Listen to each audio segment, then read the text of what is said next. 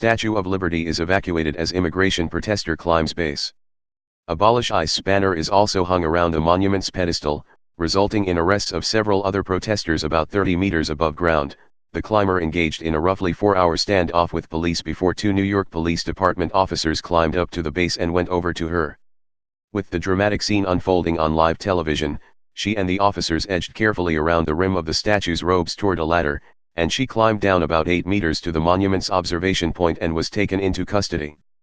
The woman had took part earlier in displaying a banner calling for abolishing the federal government's chief immigration enforcement agency, said J.W. Walker, a member of Rise and Resist, which organized the demonstration.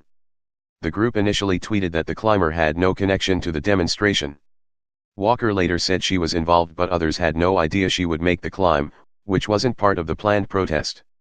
He said he didn't know her name. The climber ascended from the observation point, National Park Service spokesman Jerry Willis said. Visitors were forced to leave Liberty Island hours before its normal 6:15 p.m. closing time, he said. Earlier and farther below, at least 6 people were taken into custody after unfurling a banner that read Abolish ICE, Willis said. The message referred to Immigration and Customs Enforcement, a part of the Department of Homeland Security.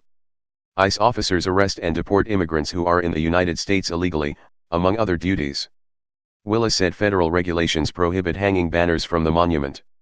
New York-based Rise and Resist opposes President Donald Trump's administration and advocates ending deportations and family separations at the US-Mexico border.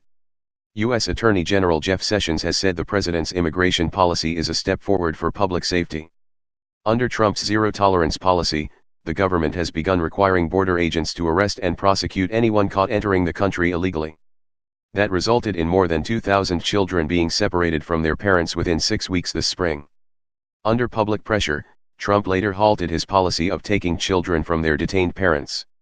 A federal judge in California ordered the Trump administration late last month to reunite the more than 2,000 children with their parents in 30 days, or 14 days in the case of those under age 5.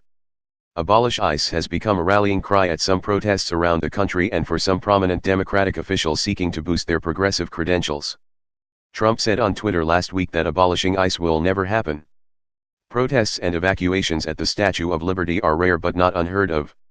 Last February, someone hung a banner reading "Refugees Welcome" from the observation deck. The sign was taken down about an hour after being discovered. A year earlier, a West Virginia man with psychological problems was sentenced to time served after calling in a bomb threat. His call forced the evacuation of Liberty Island, sending 3,200 people on boats back to Lower Manhattan and New Jersey.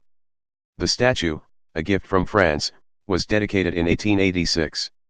It became a welcoming symbol for immigrants and refugees coming to the U.S.